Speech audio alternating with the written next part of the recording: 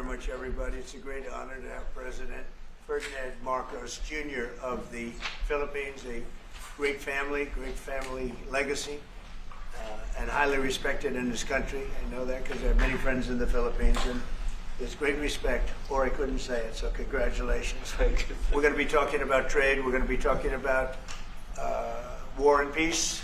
They're a very important nation militarily, and we've had some great drills lately. We're back with them. I think I can say that the last administration was not getting along with them too well. They didn't get along with anybody. They didn't know. Honestly, they didn't know what they were doing. But we have some fantastic military relationships with the Philippines, and that's been reinstituted. And Pete, I would say that you couldn't be happier, right, with the relationship. Great partners. So I just want to say it's an honor to have you. We're going to talk about trade today, and we're very close to finishing a trade deal, big trade deal actually. And we do a lot of business with you. It's a lot of income coming in for both groups. But I was surprised to see the kind of numbers. They're very big, and they're going to get bigger under what we're doing and what we're proposing. And I just want to thank you for being with us. It's a great honor. You and your representatives. It's really a great honor. We have a big announcement. AstraZeneca, the big drug company, is going to spend $50 billion, just announced $50 billion in the United States in order to build various places all over the country, big manufacturing plants, pharmaceutical plants all over the country, so that's an honor. And he said they did that because of the election and because of the fact that the tariffs are placed.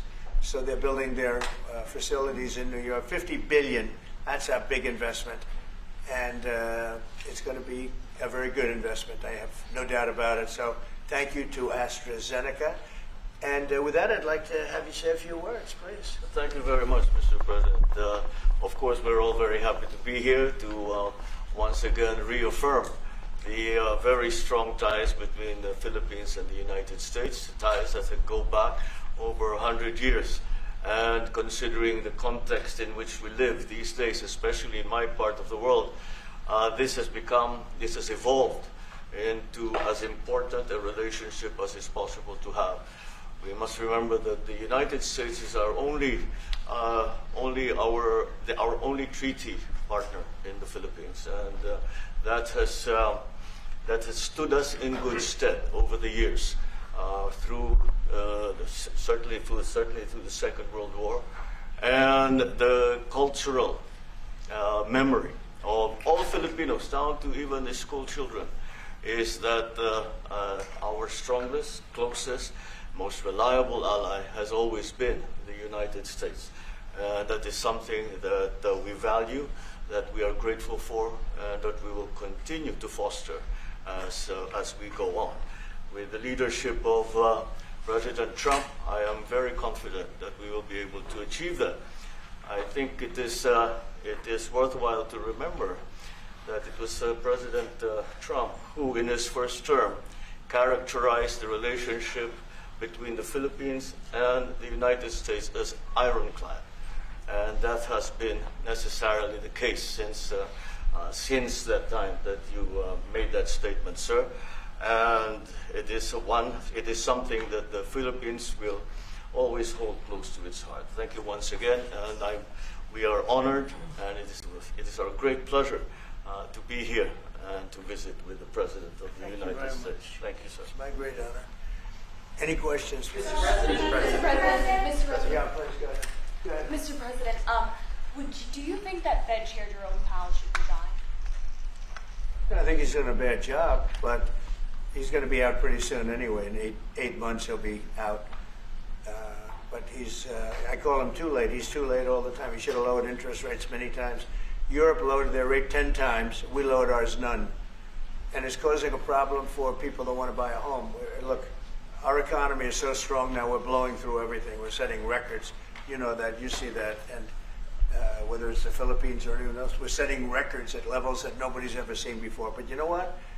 People aren't able to buy a house because this guy is a numbskull. He keeps the rates too high, and probably doing it for political reasons. The only time I remember him cutting rates, he cut the rates just before the election to try and help Kamala or whoever he was trying to help. He probably didn't know.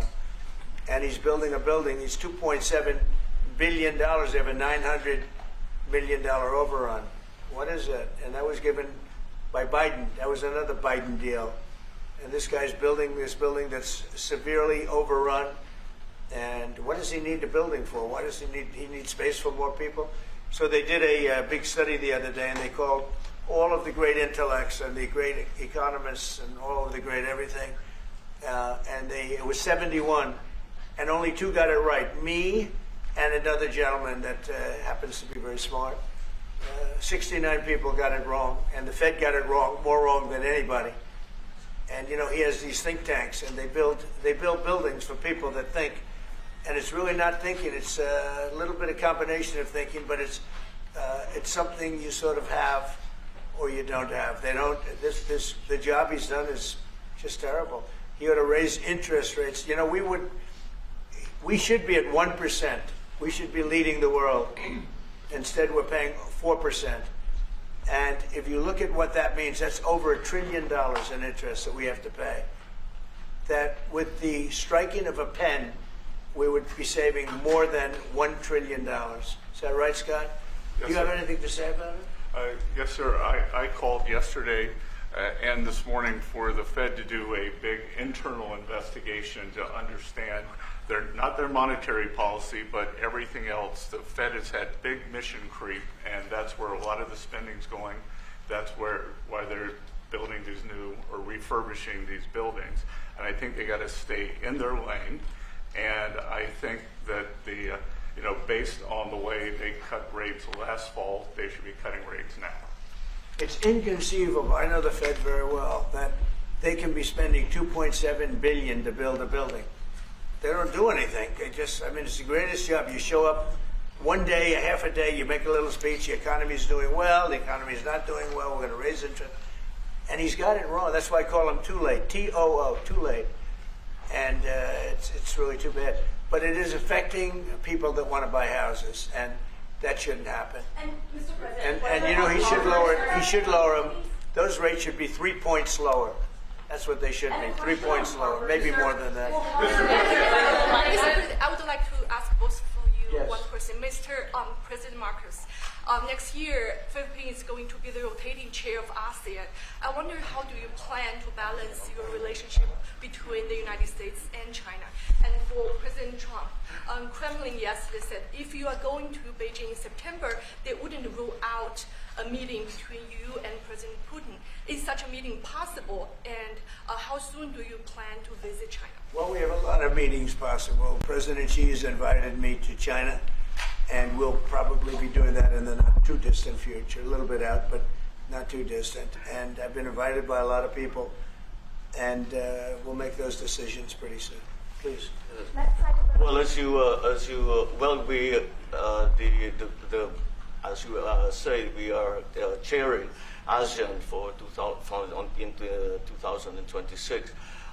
There is no need, in a sense, to balance, as you characterize as, to balance our relationship within the United States and China, simply because our foreign policy is an independent one, and we are essentially concerned with the defense of our territory and the exercise of our sovereign rights.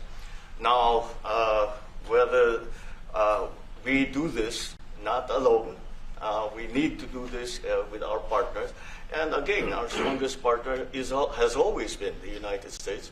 But of course, we are trying to form coalitions and multilateral relations so that those like-minded nations who share the same values as we do, who hew to international law, most specifically the UNCLOS, present that position very clearly to anyone who has intentions of unilaterally changing the world order, and that is how we are guided in that. And I don't mind if he gets along with China, because we're getting along with China very well. We have a very good relationship. In fact, the magnets, which is a little complex piece of material, but the magnets are coming out, very well. They're sending them in record numbers. We're getting along with China very well, and I don't mind if the president dealt with China. If that's meant, because I think he has to do what's right for his country. I've always said, make the Philippines great again. Do whatever you need to do, but you're dealing with China wouldn't bother me at all. Well, now it is something that we have to do in any case. Yeah. Certainly. Mr. President, do you support the Justice Department seeking a new interview with Ghislaine Maxwell, and did you urge the Attorney General to seek one? I don't know anything about it. They're going to what? Meet her? Your Deputy Attorney General is reached out to Ghislaine Maxwell's attorney asking for a new interview. Yeah, I don't know about She it, has but said- I think it's something that sounds appropriate to do. Yeah. Do you have any concern that your Deputy Attorney General, who's your former attorney, would be conducting the interview, given your No, your no. past relationship? He's a very talented person. He's very smart. I didn't know that they were going to do it. I don't really follow that too much. It's sort of a witch hunt, just a continuation of the witch hunt. The witch hunt that you should be talking about is they caught President Obama absolutely cold, Tulsi Gabbard. What they did to this country in 2016, starting in 2016, but going up to 2020 in the election. They tried to rig the election, and they got caught. And there should be very severe consequences for that. When we caught Hillary Clinton, I said, you know what?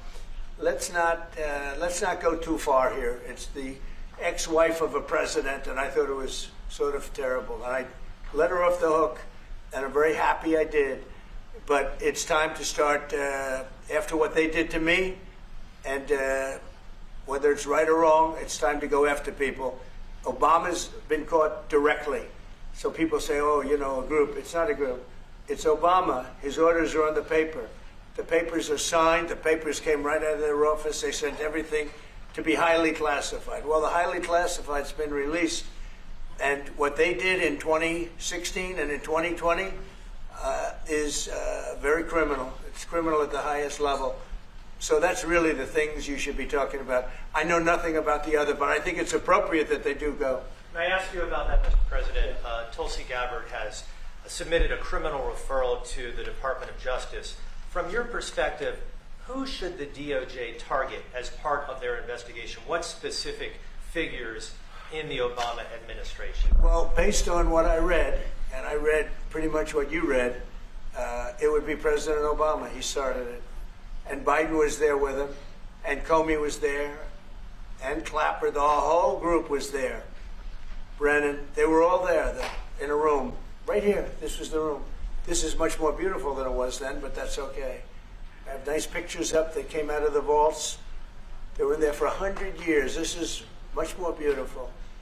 We have the Declaration of Independence now in the room, which wasn't here. I guess people didn't feel too good about putting it here, but I do. But you know what? If you look at those papers, they have them stone cold, and it was President Obama.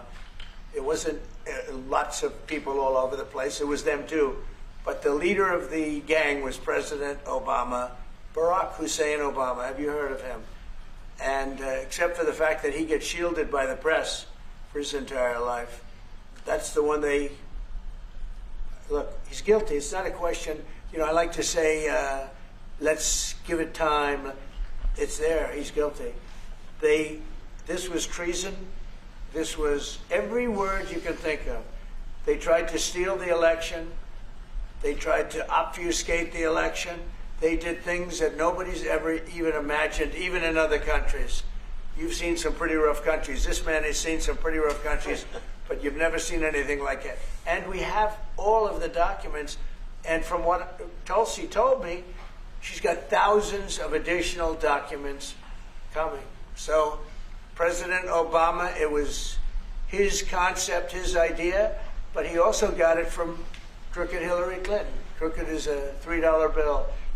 Hillary Clinton and her group, the Democrats, spent $12 million to Christopher Steele to write up a report that was a total fake report. Took 2 years to figure that out, but it came out that it was a total fake report. It was made up fiction. And they used that. The one thing they weren't able to do was and probably the only thing I respect about the press in years is the press refused to write it before the election. They refused to put it in. The Steele report was a disaster. all lies, all fabrication, all admitted, an admitted fraud. She paid $12 million, and the Democrats, for that report to a wise guy named Christopher Steele. He wrote a phony report, and they wanted to get that report in before the election. And I'll tell you what, I talk about all the time, the fake news, how bad it is. But in this case, they wouldn't do it. They saw it, they read it, and they said, we don't believe it. And it was only after, substantially, like a month and a half after the election, that it got printed, and it was a big wisp. It was just like a bang of nothing, because the election had ended. If that report had gotten published by the New York Times or somebody, and I respect the Times for maybe only this, because they're crooked as you can be. They're a terrible paper, a crooked, corrupt paper. But for this one moment, they said, this is bullshit, we can't put this in. And neither could any other paper. Wall Street Journal's a lousy paper, very, very dishonest paper. As you see, I'm suing them for a lot of money because they do things very badly. It's got a nice name, but it's really, in my opinion, it's a terrible paper. And it can be corrupt. But just so you know, they didn't take the Steele report. It was the dossier. Remember the famous dossier? I called it the fake news dossier. The news wouldn't publish it. And I'm amazed. They had 2.5 months. It was finished. 2.5 months. That was supposed to be what was going to happen. And it got published a couple of months after the election. And frankly, nobody cared too much about it. But that was a big thing. No, we caught Hillary Clinton. We caught Barack Hussein Obama.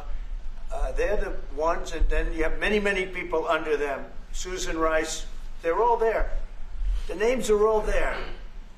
And I guess they figured they're going to put this in classified information and nobody will ever see it again, but it doesn't work that way.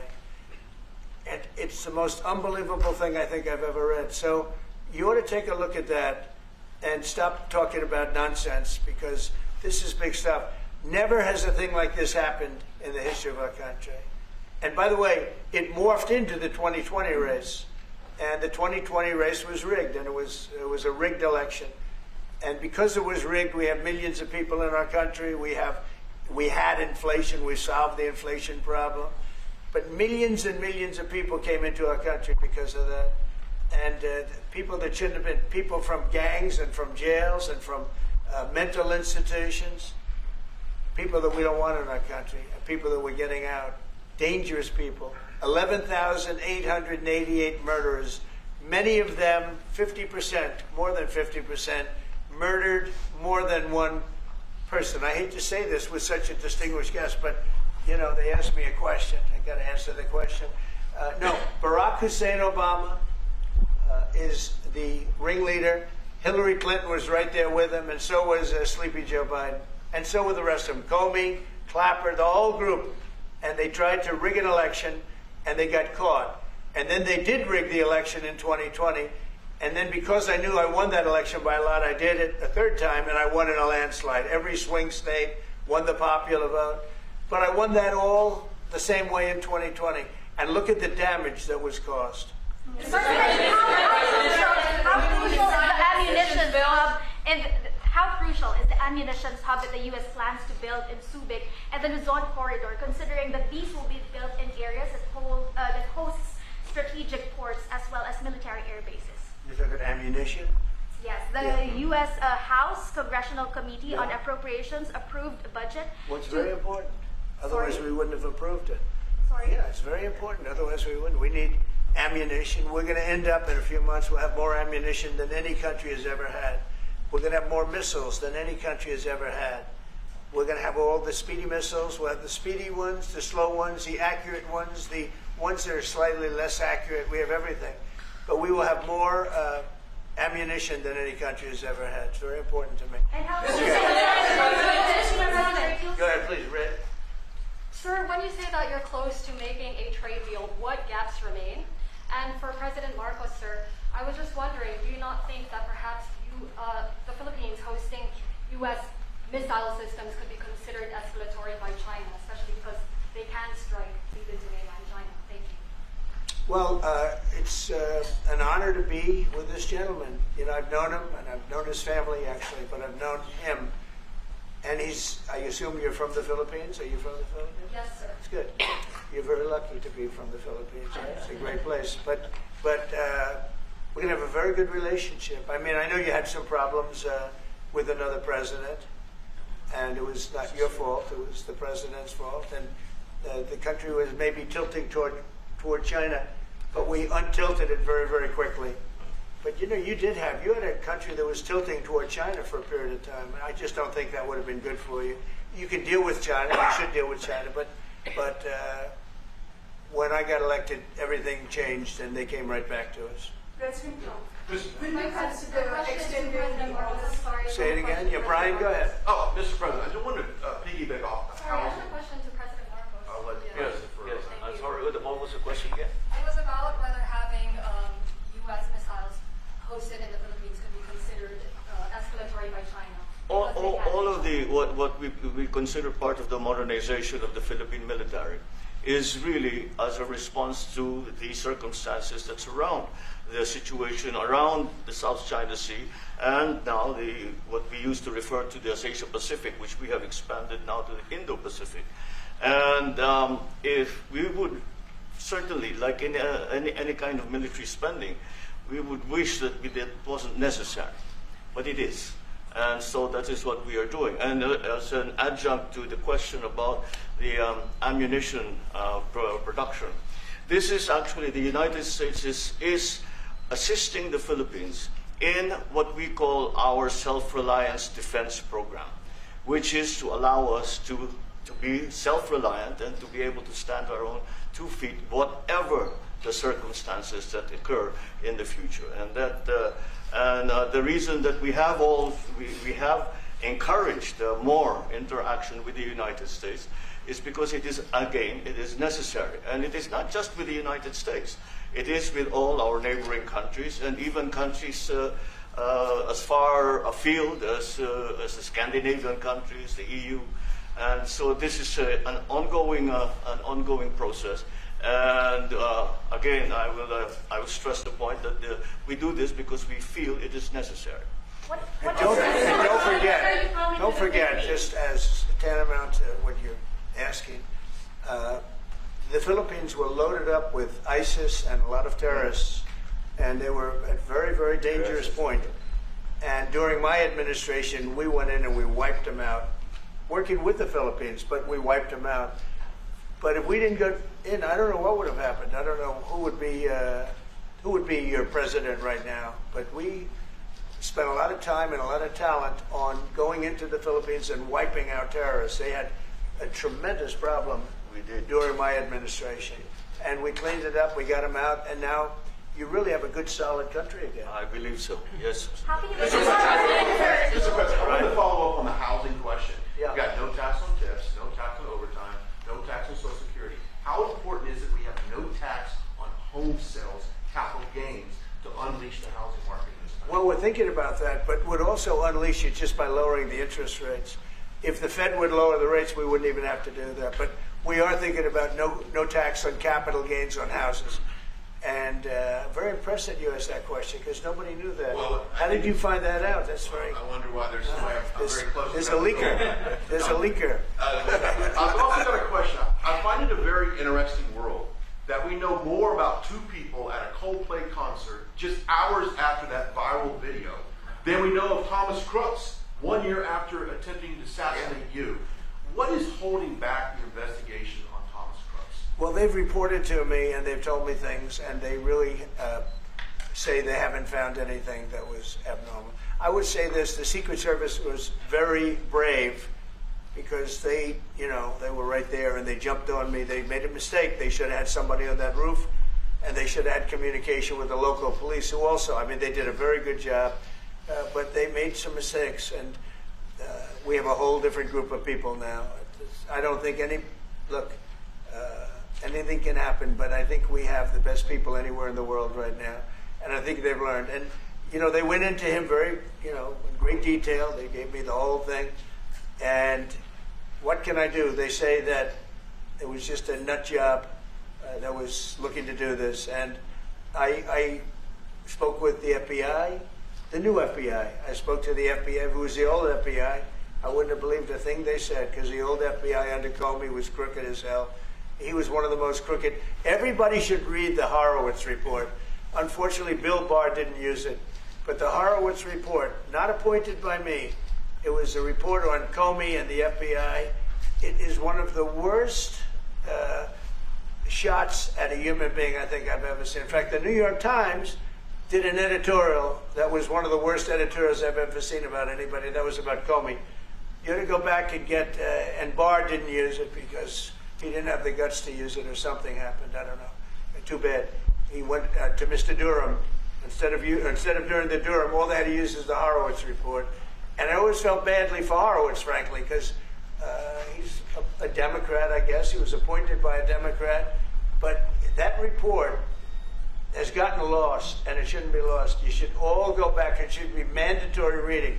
Go back and read the Horowitz report on Comey and his cronies. And you'll see exactly, we're going to add that to all the stuff that we found. It just confirms it. But what we found is even more so. Now, we found absolute, this isn't like evidence, this is like proof, irrefutable proof that Obama was seditious, that Obama was trying to lead a coup, and was with Hillary Clinton, with all these other people, but Obama headed it up. And, you know, I get a kick when I hear everyone talks about people I never even heard of. It was this one. No, it was Obama. He headed it up. And it says so right in the papers. Got everything. Got everything. This is the biggest scandal in the history of our country. And it really goes on to even the auto pen, because it all relates to the same thing. It all started the same sick minds. You have an auto pen, which is a tremendous, well, we don't have a president, we have an auto pen that signs everything. I'll bet you sign everything. You don't have auto pens. Everybody, who doesn't sign? You're the president of a country. But it's all that whole thing, leading right up to the end of it is the auto pen. And the auto pen was used by people, and Biden knew nothing about it. Biden knew nothing about it. They were signing documents that he knew nothing about. As an example, they released the Unselect Committee of Liability. The Unselect Committee spent 2 years grilling everybody, and then they destroyed all the evidence. You know why? Because the evidence made them guilty, and he gave them all a pardon. The Cheney, all the scum that was on the Unselect Committee, Cryan, Adam Kinzinger, and Democrats, and he gave them a pardon. Do you have something else? Yes, I was sir. going to add one more thing on Adam Schiff. Director Pulte reports that Adam Schiff claims he lived in a one-bedroom apartment. Now, how does a family of four, and you're a developer, a very successful developer, how does a family of four live in a one-bedroom apartment? No, it looks like Adam Schiff really did a bad thing. They have him. Now, let's see what happens. It's not up to me. It's not up to, I stay out of it purposely.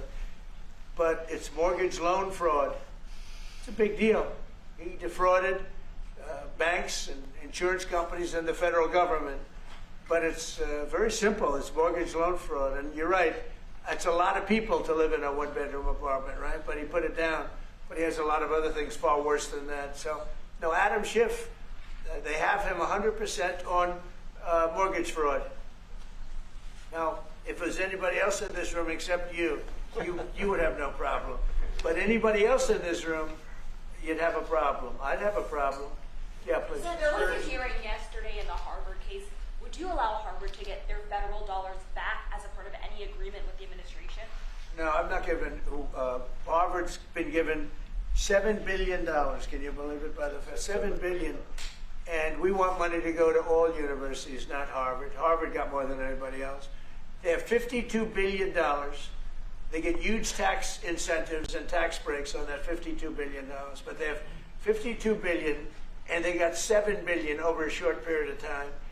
And we have a very hostile judge appointed by Barack Hussein Obama, a very, very hostile judge who knows exactly right from wrong. But you know, we expect to win it on appeal. She hasn't given a decision yet, but she's very hostile, and she was put by Barack Hussein Obama.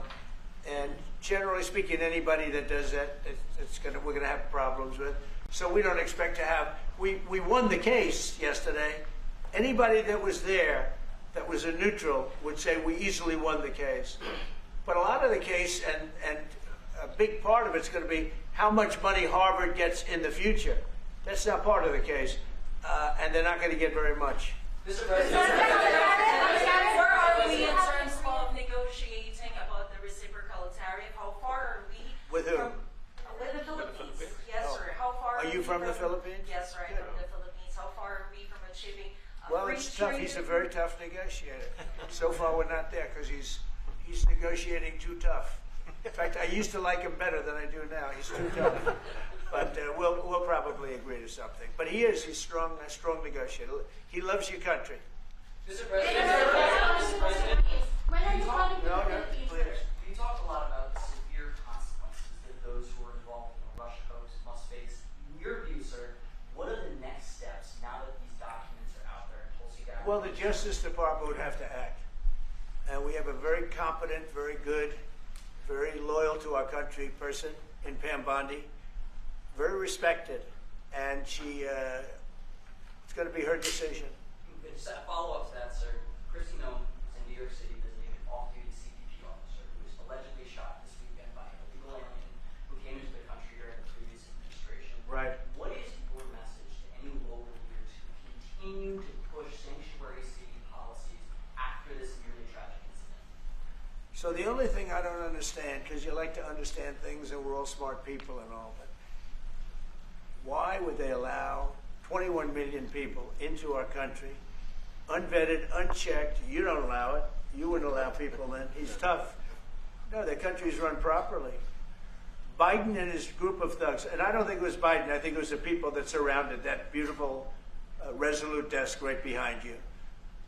They allowed 21 million people, probably much more than that, and many of them came from jails and gangs and drug dealers and mental institutions, insane asylums. Many of them are very sick.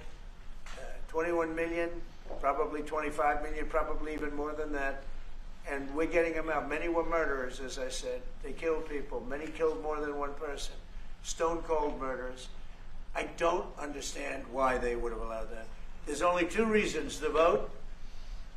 Is there one voters? It's one reason. I don't think they would have done it for that because they cheat. You know, they're so good at cheating, they don't need that. But the vote, and the second reason is they hate our country. I think they hate our country. I actually do. And it's the biggest problem. I mean, much of our time is spent with, you know, we have the strongest border anywhere in the world now.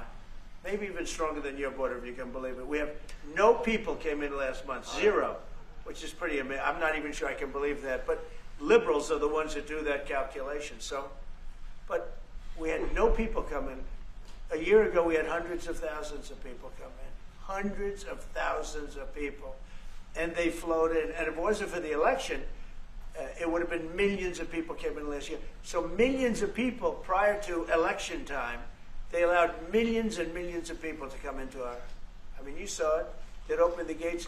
If you took an Alabama-LSU football game that holds 128,000 people, I was there, 128,000 people, and I liked them and they liked me.